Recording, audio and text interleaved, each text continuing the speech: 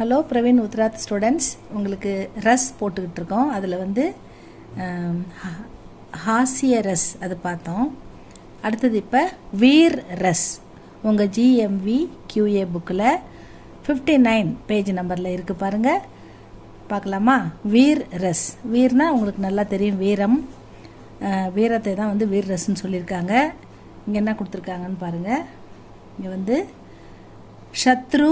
சத்ருன்னா enemy, எதிரி இல்லையா? சத்ருகா உத்கர்ஷ் அப்படின்னாக்கா நம்முடைய எதிரி, அவனுடைய எழுச்சி, அவனுடைய எழுச்சி அப்படின்னு வச்சுக்கலாம். சத்ருகா உத்கர்ஷ் அப்படின்னா எதிரியின் எழுச்சி.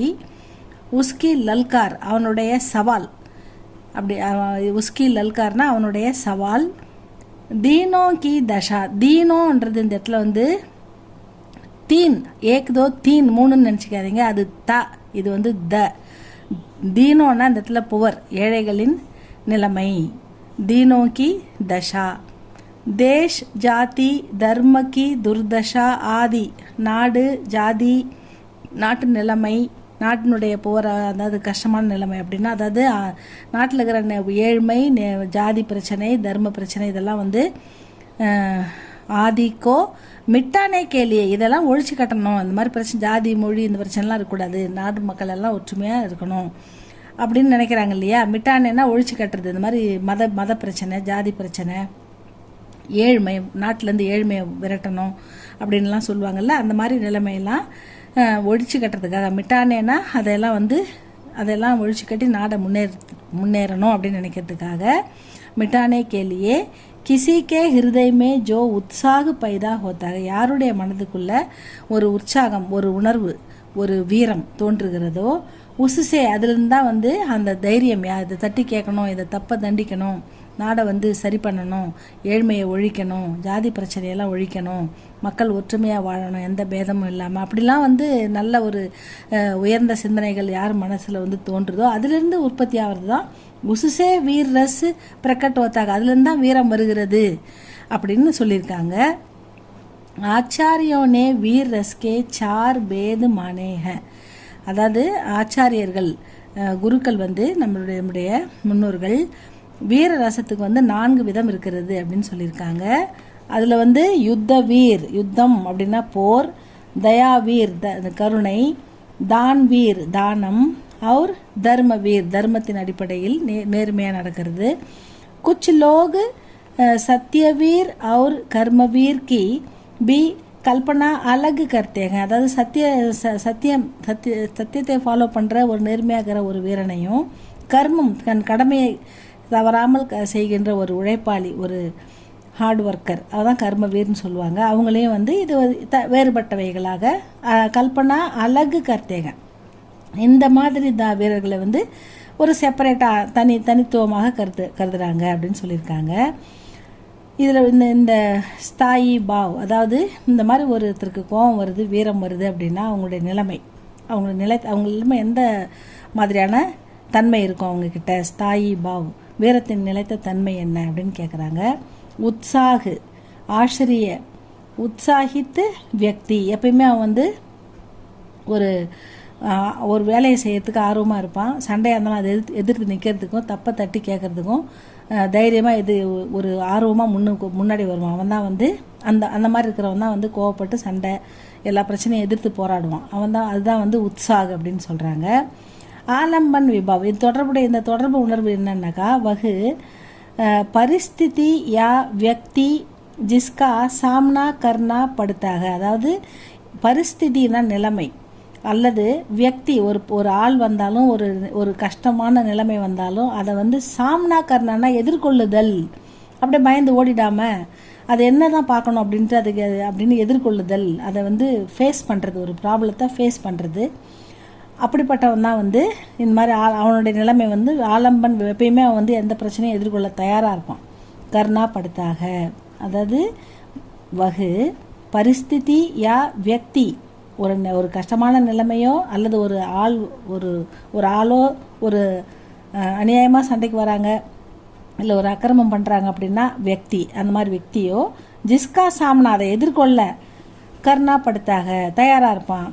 அடுத்தது உத்தீபன் விபாக். இந்த தொடர்பு நிலை, இந்த தொடர்பு உணர்வு எப்படி இருக்குன்னா, ஆலம்பன் கே காரிய கலாப் சாரன் கீத் தான் பத்ர கி பிரசங்ஷா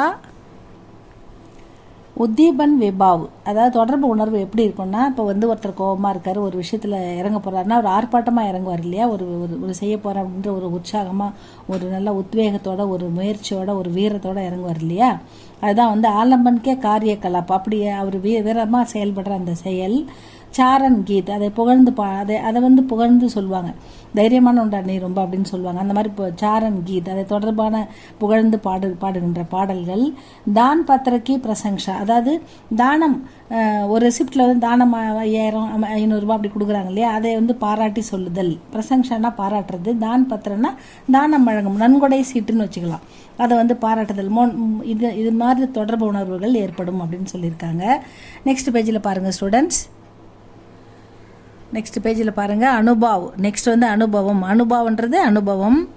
வீர் கி யுத்த கிரியா, அதாவது வீரனின் போர் செயல். வீரனுடைய யுத்த கிரியானா வீரனின் போர் செயல்.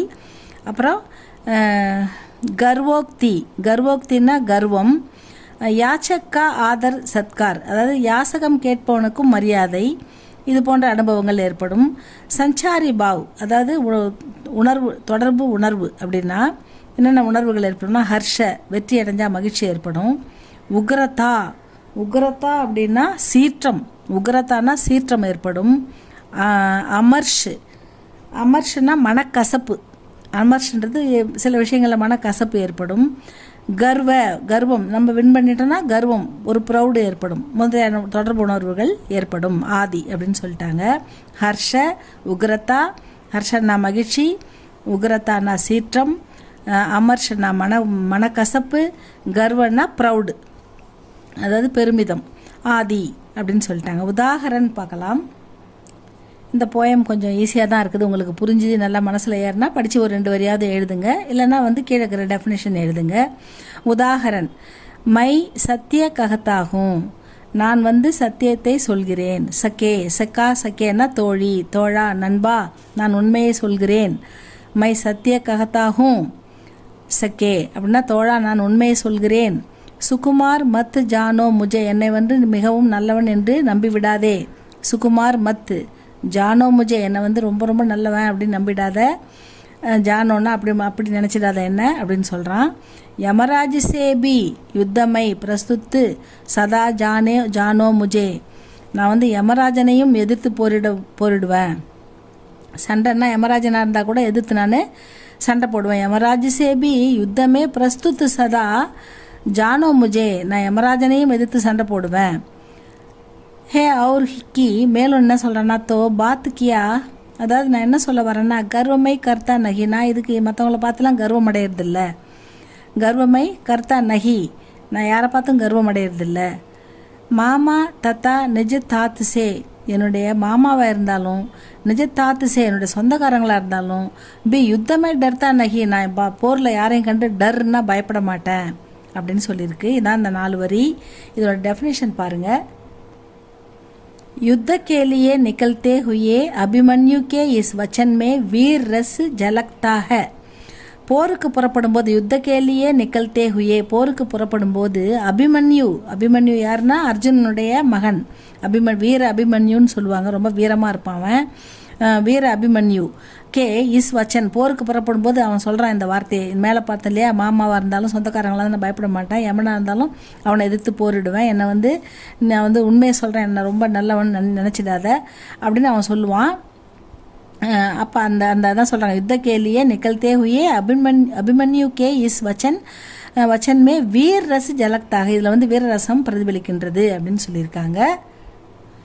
இதில் இஸ்மே ஆச்சரிய அபிமன்யு ஹே, இந்த நிலை இந்த போர்க்களத்துக்கு செல்லும் அபிமன்யு நிலை இப்படி வெளிப்படுகிறது. இஸ்மே ஆச்சரிய, இந்த கோபம் வெளிப்பாடு அபிமன்யுவிடம் வெளிப்படுகிறது. ஆலம்பன், அது அவன் தோற்றம் பிடிக்குதுன்னா அவனுடைய நிலை.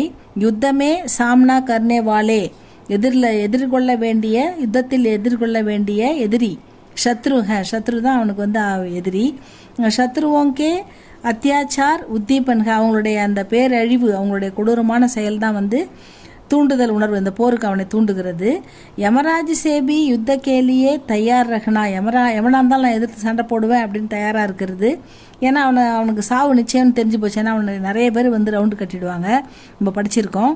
ஸோ அவன் வந்து வியூக சக்கரத்துக்குள்ளே போனவனுக்கு வெளியே வர தெரியாதால ஒரு சக்கரத்துக்குள்ளே போய் சண்டை போடுவான். அது வெளியே வர தெரியாதால அவங்க வந்து எல்லாரும் அவனை வந்து அப்படியே சூழ்ந்து அவனை கொல்லுவாங்க, நிறைய பேர் சேர்ந்து கொல்லுவாங்க.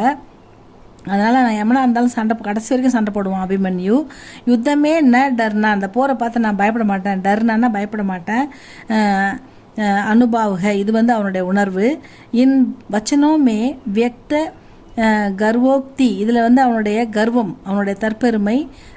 மே கர்வ உக்ரதா, அவனுடைய அந்த எழுச்சி, வீரம், அவர் ஹர்ஷ மகிழ்ச்சி, இதெல்லாமே தொடர்பு உணர்வுகள் அப்படின்னு சொல்கிறாங்க. வேறு ஒன்றும் இல்லை. இது வந்து அவனுடைய கோபத்தின் சீற்றம். அது உக்ரத்தான்னா அது உக்ரமாக அவன் வந்து சீர்றது. நான் வந்து ஓய மாட்டேன், உயிர் போகிற வரைக்கும் எதிர்த்து போராடுவேன் அப்படின்னு போராடுறது. அந்த உணர்வு அவனிடம் அந்த நிலை தான் அவனுக்கு இருக்கும். இதான் அவனுடைய அனுபவ நிலை அப்படின்னு சொல்லி முடிக்கிறாங்க. இதுதான் வீர் ரஸ். ஸ்டூடெண்ட்ஸ் இதை படிச்சுக்கோங்க. இந்த போயம் மனப்பாடம் பண்ண முடியலன்னா இந்த டெஃபினிஷனை படித்து எழுதிடுங்க. இதில் கூட ரெண்டு லைன் அப்படி எழுதினா கூட போதும். ஏன்னா நம்ம வந்து ஏற்கனவே வந்து ரஸ்னா என்ன, அது அதனுடைய தொடர்பு உணர்வு நிலை என்ன, அதனுடைய அது எப்படி பட்டதுன்னு நம்ம சொல்லிட்டோம். ஸோ அதனால் இதை மட்டும் படித்து எழுதுங்க ஸ்டூடெண்ட்ஸ். நெக்ஸ்ட் இது உங்களுக்கு பிடிச்சிருந்தால் லைக் பண்ணுங்கள், ஷேர் பண்ணுங்கள், சப்ஸ்கிரைப் பண்ணுங்கள் ஸ்டூடெண்ட்ஸ். தேங்க்யூ ஃபார் வாட்சிங்.